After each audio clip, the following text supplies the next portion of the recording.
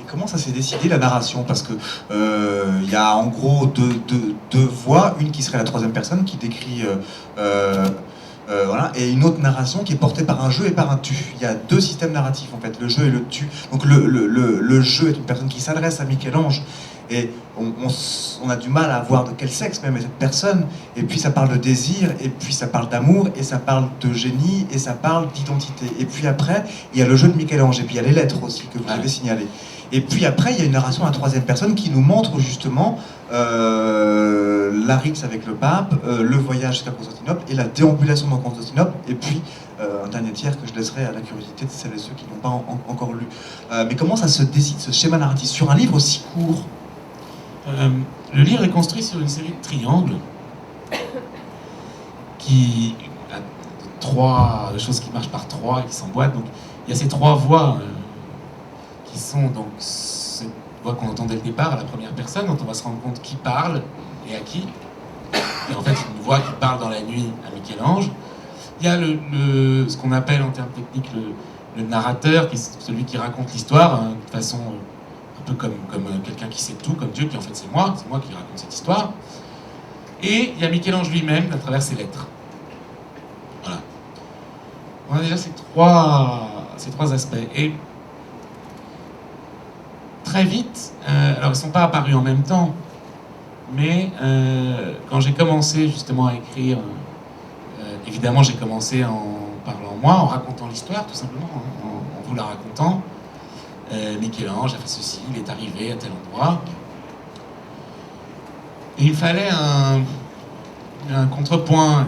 Ça ne pouvait pas être la seule voie, ça aurait pu l'être, mais ça ne me plaisait pas. Pourquoi? Parce que j'avais déjà deux autres triangles et j'avais le désir de faire un livre qui marche par un système de trois. Et j'ai compris, j'ai trouvé donc ce deuxième personnage qui parle dans la nuit, et puis les lettres de Michel-Ange étaient là, et voilà, c'était le contrepoint qui convenait. Le livre, en fait, je l'ai conçu, l'image que j'en avais, avant de l'écrire, on ne sait pas trop ce qu'on va écrire, si on a un but, peut-être un horizon. C'était les très beaux carnets de croquis de la Renaissance, de Michel-Ange, que j'avais pu consulter.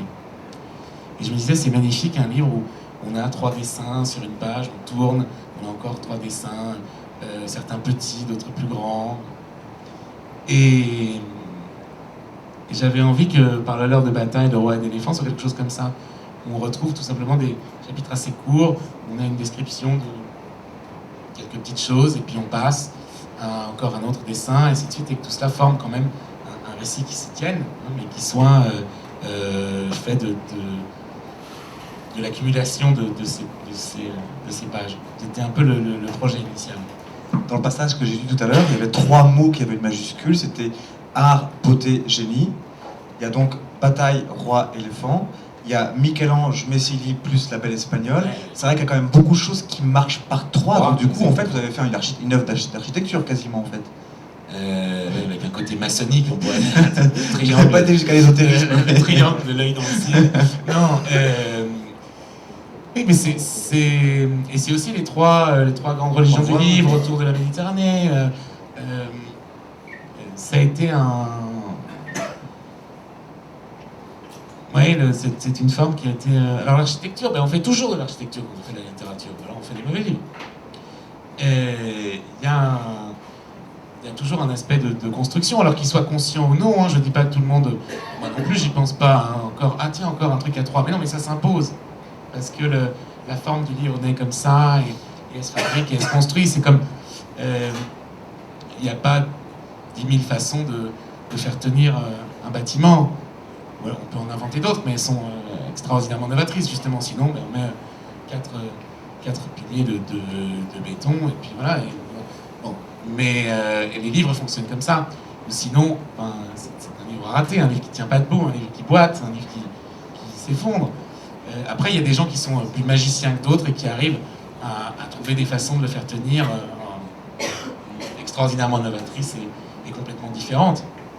Et ça ne veut pas dire que tout soit fixe, mais il y a toujours de l'architecture. Je pense qu'un lycéen, il a un autre regard sur le monde, un regard plus jeune, parce qu'on a moins d'expérience et tout ça. Mais en même temps,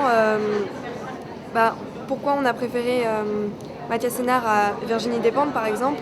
Parce que Virginie Despentes, c'est contemporain, ça traite des problèmes d'aujourd'hui, mais je pense que les lycéens sont aussi vraiment attachés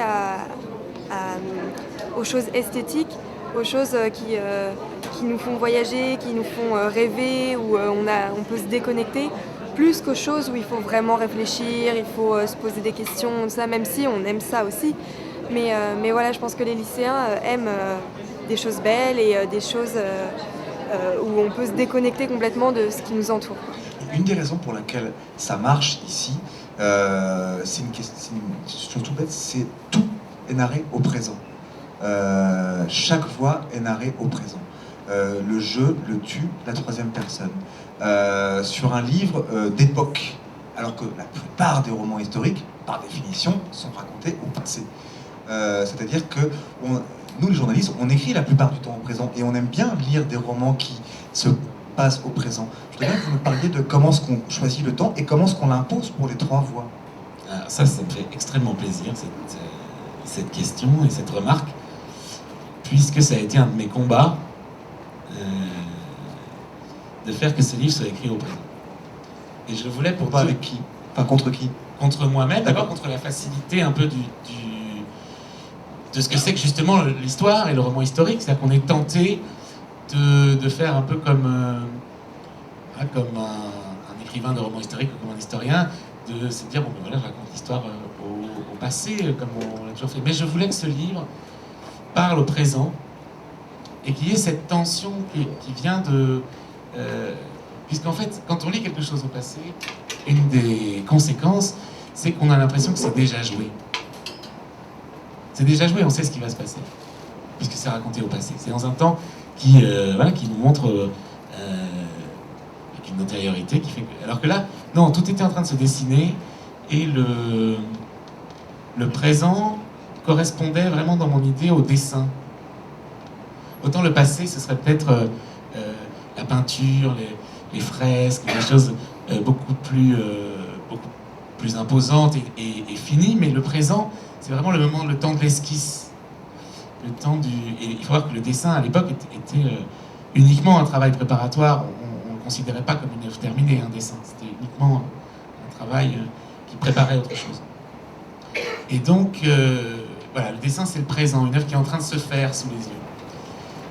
Et c'est pour ça que j'ai choisi le présent. Ouais. Le livre est très poétique, donc ça c'est vraiment plaisant.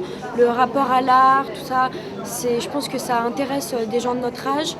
Et puis c'est vrai qu'on découvre aussi une période de l'histoire qu'on a tendance à un peu passer à la trappe, parce que c'est vrai que c'est pas forcément ce qui intéresse le plus.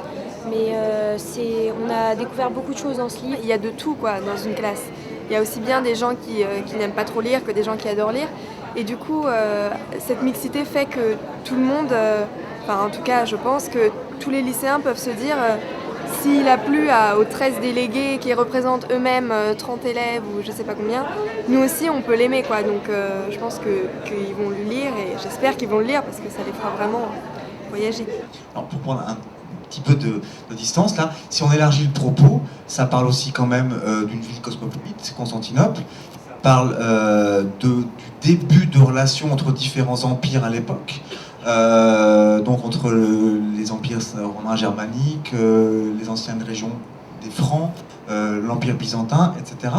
Ça parle donc quelque part de l'Europe, exactement comme Zone, votre roman précédent, parlait éminemment de l'Europe. Alors on fait forcément, je ne vais pas dire le pont, mais le lien avec l'histoire d'aujourd'hui, puisque depuis un certain nombre d'années, certains pays de l'Union européenne veulent intégrer la Turquie, d'autres pays européens, dont pour le moment, par sa voie présidentielle, la France le refuse.